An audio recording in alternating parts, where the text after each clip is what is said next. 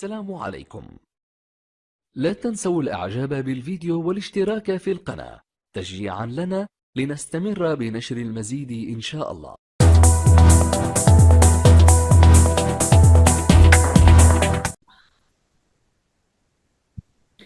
Bonsoir à tous. Aujourd'hui, on va voir un récap à propos de l'analyse et traitement didactique de la gymnastique au sol, réalisé par Monsieur Aziz et présenté par moi-même, Iman Ferry.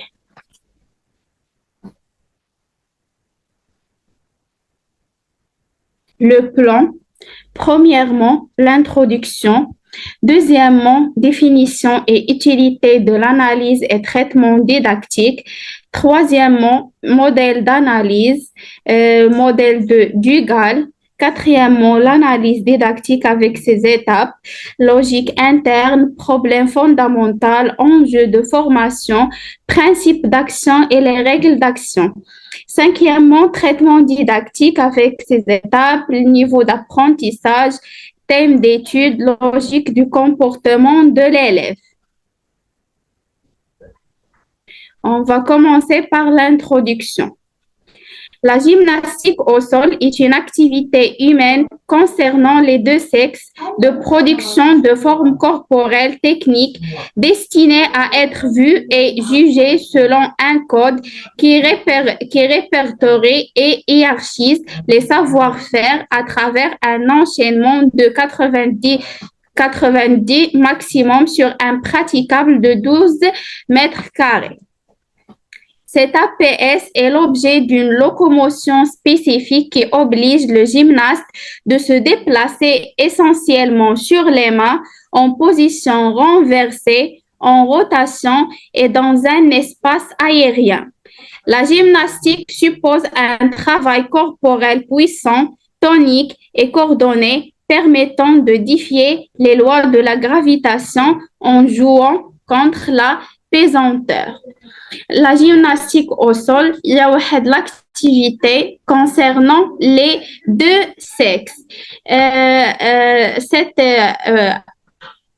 La gymnastique est pratiquée sur un praticable de 12 mètres carrés. C'est une APS où le gymnaste se déplaçait essentiellement sur les mains en position renversée, en rotation et dans un espace aérien.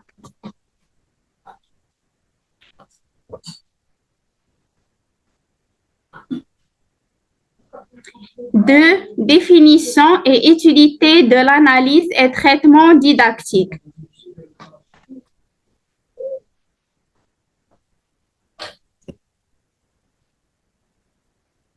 L'ATD, l'analyse et traitement didactique. C'est un ensemble de démarches dans la construction d'un contenu d'enseignement accessible aux apprenants pour favoriser et développer leurs capacités et leurs ressources.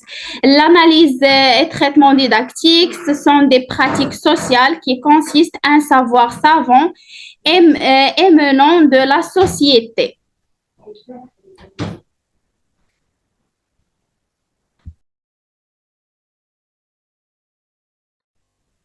Troisièmement, les modèles d'analyse et traitement didactique.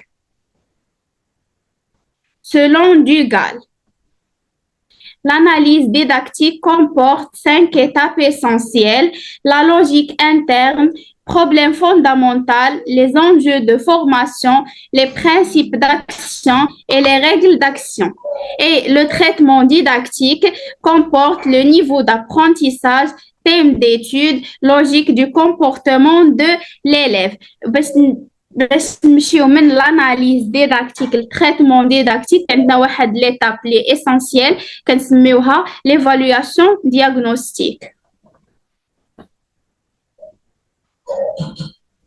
L'analyse didactique. Premièrement, la logique interne.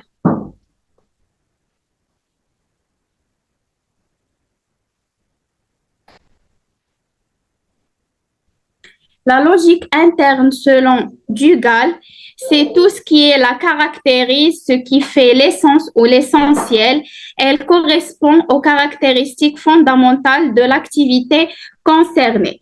La logique interne, ce sont des caractéristiques qui spécifient l'APS. عندنا واحد les caractéristiques اللي كتميز لنا chaque APS على الأخرى. C'est la carte d'identité de l'APS.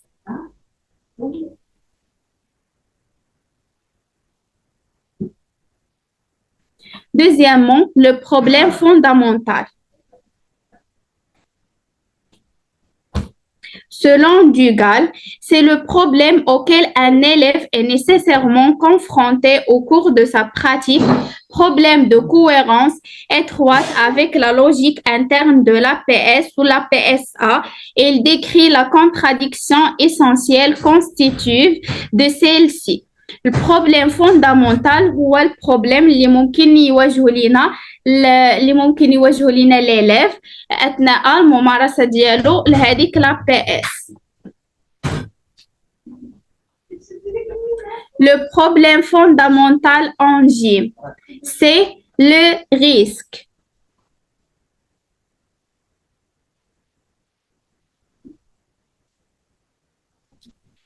Le risque de mettre son intégrité physique et psychique en danger.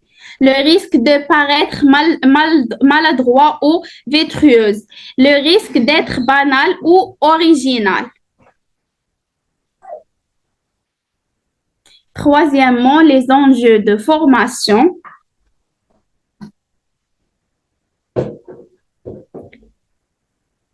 Les enjeux de formation, selon Guaran, ce que l'on peut gagner à moyen ou à long terme en pratiquant une APS ou une famille d'APS. L'enjeu de formation, qu'est-ce qu'on veut gagner de pratiquer une APS? Il y a 3 plans.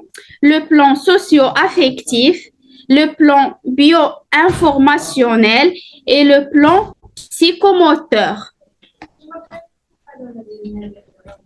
L'enseignant peut formuler les enjeux de formation selon la conception qu'il adopte.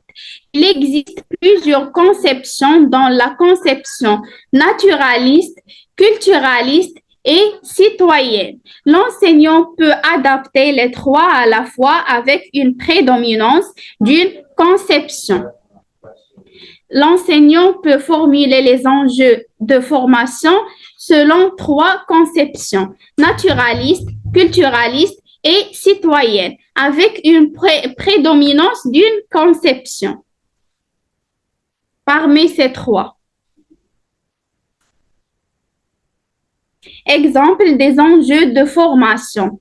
Développer et enrichir et entretenir la nature humaine, savoir assumer sa silhouette gymnique devant un groupe, développer des habiletés techniques spécifiques, exécuter des éléments gymniques de façon esthétique, inculquer les attitudes, les normes, les valeurs, les principes de gestion, savoir piloter son corps dans un espace multidirectionnel, coopérer dans une équipe pour atteindre un but commun, savoir maîtriser la prise de risque dans les situations où l'intégrité physique est mise en cause.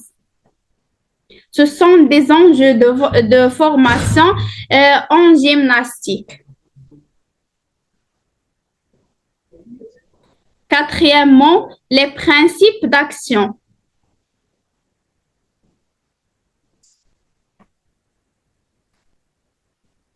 Les principes d'action en gymnastique sont le renversement, les rotations, les sauts, les déplacements rythmés et les appuis équilibrés.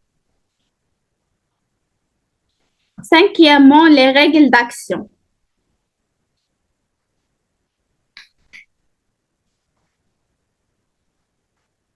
Définition selon Grienne, ce sont les éléments à prendre en compte et les conditions à respecter pour que l'action soit efficace. Les règles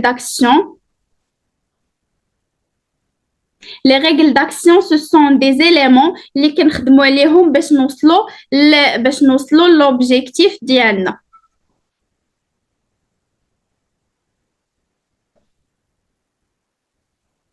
Les règles d'action, c'est répondre à 3 questions. Que faut-il faire? شنو خاصني ندير? À quel moment faut-il le faire? شنو هو الوقت المناسب باش ندير؟ Et comment faut-il le faire? Et la manière باش خاصني ندير هذاك le fait.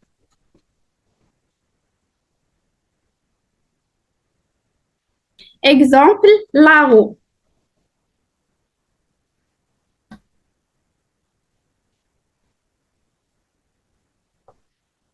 La roue départ et réception en feinte, bras et jambes tendus, écartés, alignement des appuis, mains et pieds.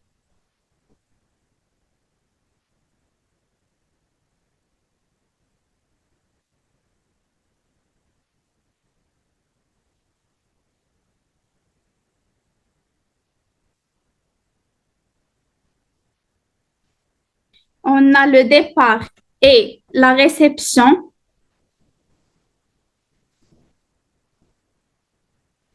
Exemple d'ATR, l'appui tendu renversé. On va voir le départ en feinte, l'appui tendu renversé en position marquée.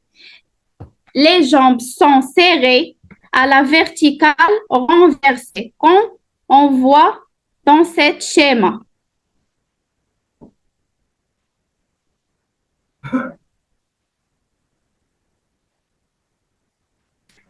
Roulade avant.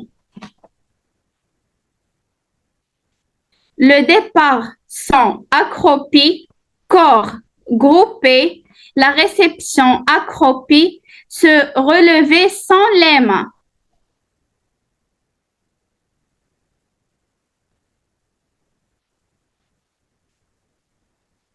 Attitude 2.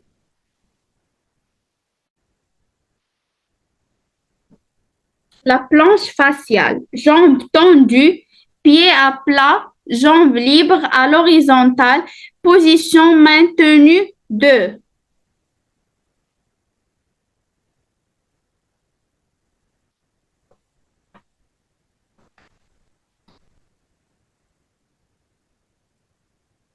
Cinquièmement, le traitement didactique.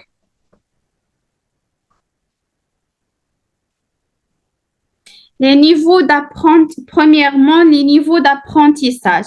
L'élève entre avec un niveau de ressources et sort avec un niveau de conduite identifié par des hiérarchies de comportement significatifs d'un stade de l'apprentissage. L'élève qui avec le bagage ou là qui les acquis précédents et il développe ses acquis au stade de l'apprentissage.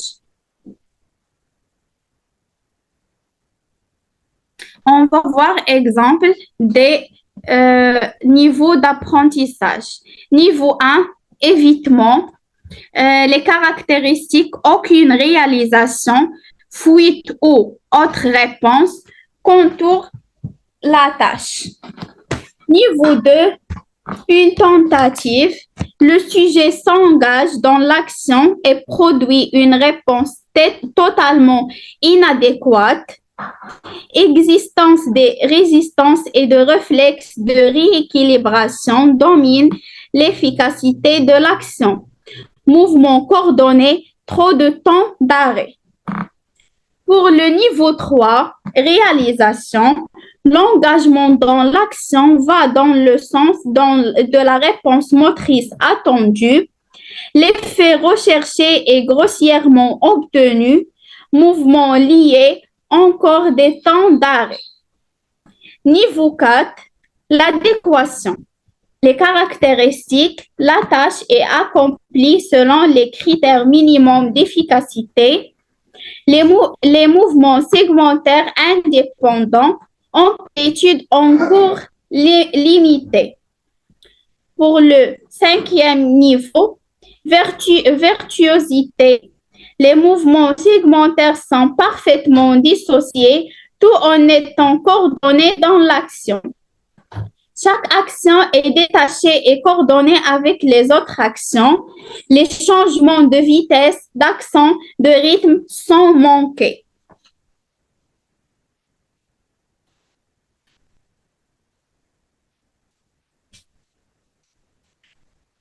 Deuxièmement, thème d'étude.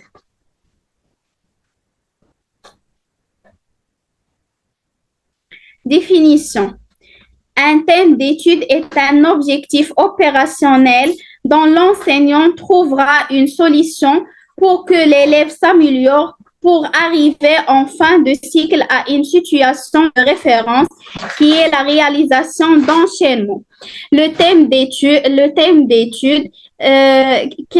l'enseignant, selon le test ou l'évaluation diagnostique, parce qu'il y a les difficultés les élèves ou qui dire des situations d'enseignement ou contenu d'enseignement pour faire dépasser ces lacunes et des difficultés.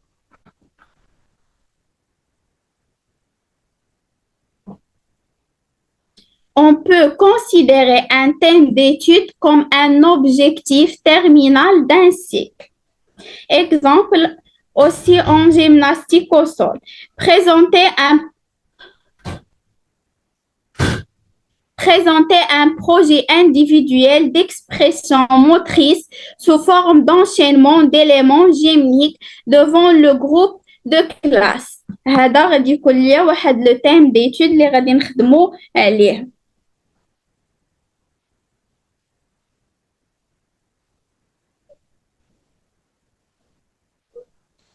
Troisièmement, la logique du comportement de l'élève.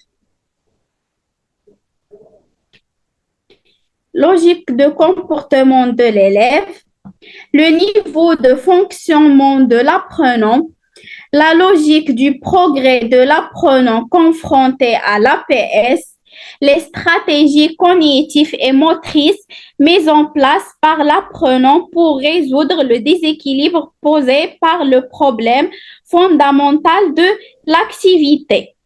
On va voir un exemple. Fuir de l'activité,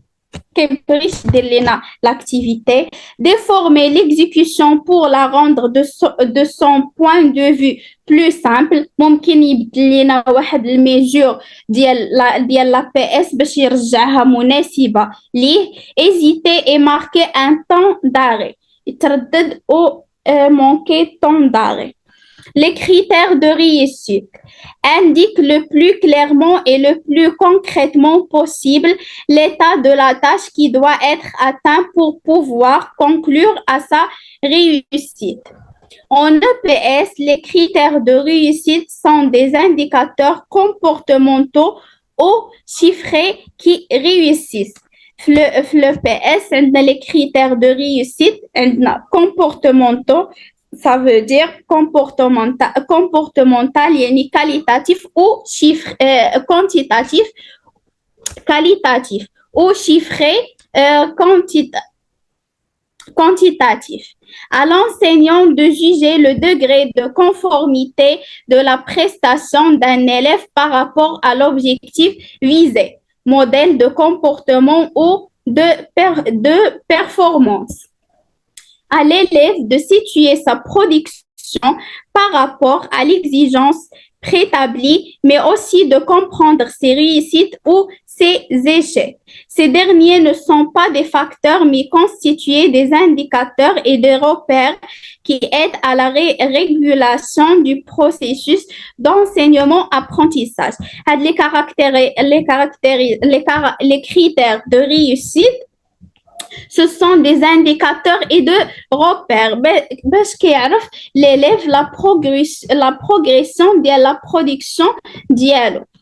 Ils sont formulés en termes de capacité, c'est-à-dire en comportement significatif autorisant le passage d'un niveau à un autre qui constituent des guides d'évaluation formative et sommative. Ce sont des indicateurs réalisables, clairs aux yeux des élèves et évaluables à la fin d'apprentissage.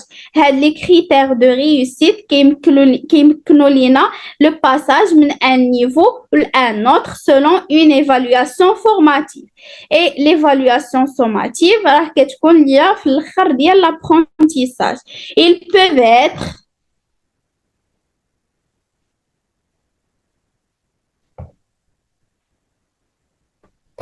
qualitatif, c'est-à-dire en étroite relation avec les opérations motrices visées. Il s'agit d'indicateurs comportementaux liés à la maîtrise d'exécution. Qualitatif كتكون ليا en relation بالqualité ديال la maîtrise ديال هذيك la tâche. Exemple Gemini en ATR, maintenir l'alignement des mains, épaules, bassin. Et quantitatif, ça veut dire mesurable. Dans ce cas, le critère en termes de chiffres ou de pourcentage, un nombre de réussites dans la tâche. L'exemple, maintenir l'alignement des mains, épaules, bassin, 3.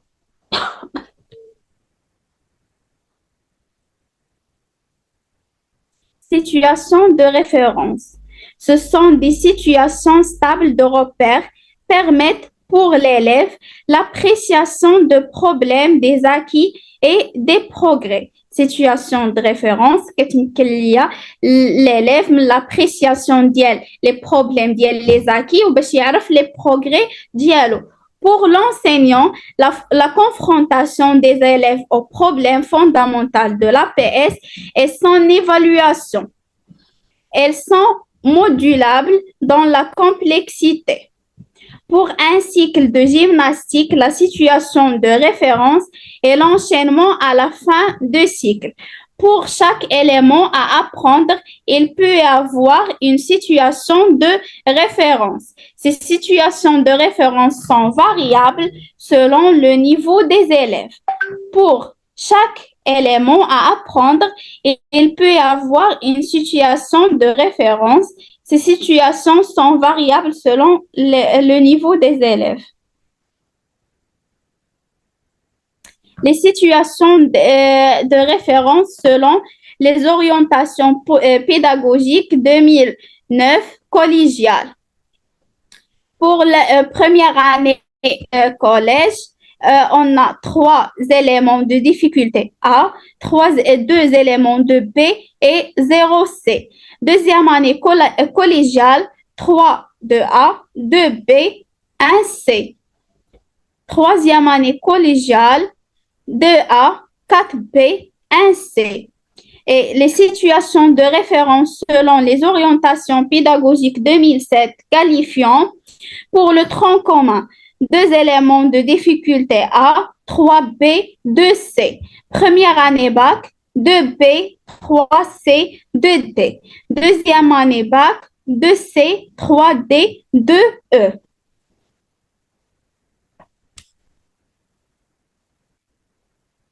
Et merci pour votre attention.